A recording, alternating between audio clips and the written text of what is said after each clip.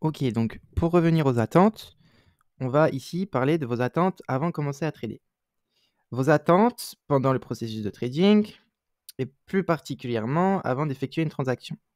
En fait, ces attentes-ci, elles jouent un rôle crucial parce qu'en fait, elles vont influencer vos pensées sur cette transaction et aussi dans la façon dont vous allez réagir et même votre humeur par la suite. Je m'explique. Vous prenez une position et vous avez pour attente de TP. Cette attente-là, elle va donc être orientée sur gagner de l'argent. Sauf que, est-ce que c'est vraiment ce que le marché vous dessine? La réponse c'est certainement ou certainement pas, je ne sais pas, cela dépend en fonction de ce qu'on voit. Mais donc, ce que je veux que vous compreniez, c'est vraiment si vous avez des attentes, et bien votre vision par rapport à ce trade va être influencée par cette attente. Et donc, prenons donc un instant pour réfléchir. À quoi vous attendiez-vous lorsque vous placez un trade? Lorsque je pose cette question à mes clients, on me répond souvent qu'ils s'attendent à ce que la transaction soit gagnante. Et c'est tout à fait légitime. Sauf que, est-ce que c'est une attente réaliste? Est-ce qu'on peut supposer qu'une transaction sera gagnante à 100%? La réponse c'est non, comme je vous l'ai dit. Ça, c'est la position que j'ai prise tout à l'heure. Bon, je vais pas, ça sert à rien. Nous, on est dans le fondamental, mais bref. Et donc, et ici, c'est des profils latents. Moi, j'ai pris 80% de partiel à 3R. Comme ça. Bref.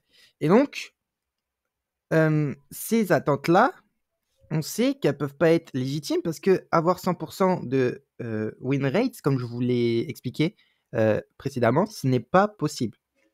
Et donc, de votre côté, pensez-vous que votre trade sera gagnant ou avez-vous peur qu'en fait ce trade soit perdant?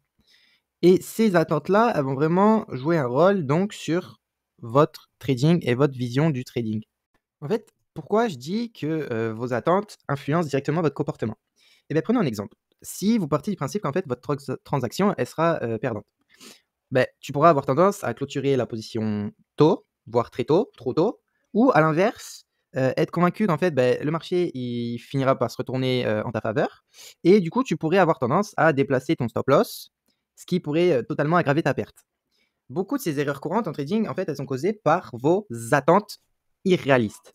Je vais vous le noter. Attentes irréalistes. Il est donc essentiel d'apprendre et à gérer ses attentes avant d'entrer en position. Vraiment comprendre quelle attente tu as par rapport à cette position. Ça vous aidera à éviter vos frustrations, qui sont courantes dans le trading si on n'a pas de base émotionnelle, et aussi d'éviter des erreurs. Parce que vous allez potentiellement manager un trade correctement si, là, si je prends un exemple concret, là, moi, j'avais pas d'attente, je m'attendais à rien, mais donc, toi, là, tu vois ça. Enfin, si tu traites comme moi, tu vois ça. Deux bougies impulsives qui viennent casser avec le corps. Tu te dis, ah non, je sors. Je sors, marqué de structure shift, le prix va se retourner.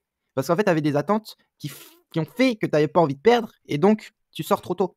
Mais la réponse, c'est suis ton plan, suis ton analyse, et tout va bien se passer, tout simplement. Donc, en fait, pour vous aider, vous pouvez, en fait, il faut vous rappeler les bases. Je vais vous rappeler les bases. En fait, en trading, il peut se passer que 3 choses. Le prix peut monter, descendre ou rester stable. Tu dois donc être prêt à chaque scénario qui va se passer. Donc, avoir un plan A, donc ton scénario gagnant, mais aussi un plan B, ton scénario perdant. Pour le plan B, en fait, il est indispensable que tu détermines à l'avance combien tu es prêt à perdre. Mais ça, normalement, tu as fait ultérieurement. Il faut que tu aies, en fait, cette gestion de risque qui rendra tes pertes moins douloureuses. Parce que tu auras tout simplement anticipé cette perte. Si tu considères une possibilité de gain, en fait, tu vas risquer de clôturer ta position à l'encontre de ce que tu avais prévu de faire. Donc, ça nous ramène tout simplement à l'importance d'avoir un plan systématique, une stratégie backtestée, testée et une gestion de risque avec des règles claires. C'est vraiment crucial de comprendre que ce qui fonctionne pour vous et tout simplement de vous y tenir. En fait, souvenez-vous des états de moi mentionnés précédemment, comme j'ai dit.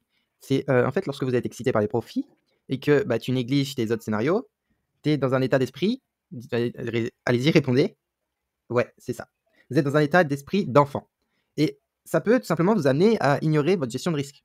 Mais en revanche, lorsque tes attentes elles sont réalistes et que tu te concentres sur le processus, tu sais que tu es dans un état d'esprit d'adulte parce que tu es dans le moment présent. Et cet état-là, c'est celui que tu dois avoir lorsque tu trades. Vraiment, l'état d'adulte, un grand A, l'état d'adulte, comme la bonne note, un A, voilà, c'est un petit moyen mémotechnique. Mais donc, être dans un état d'ego d'adulte pour trader. C'est la règle.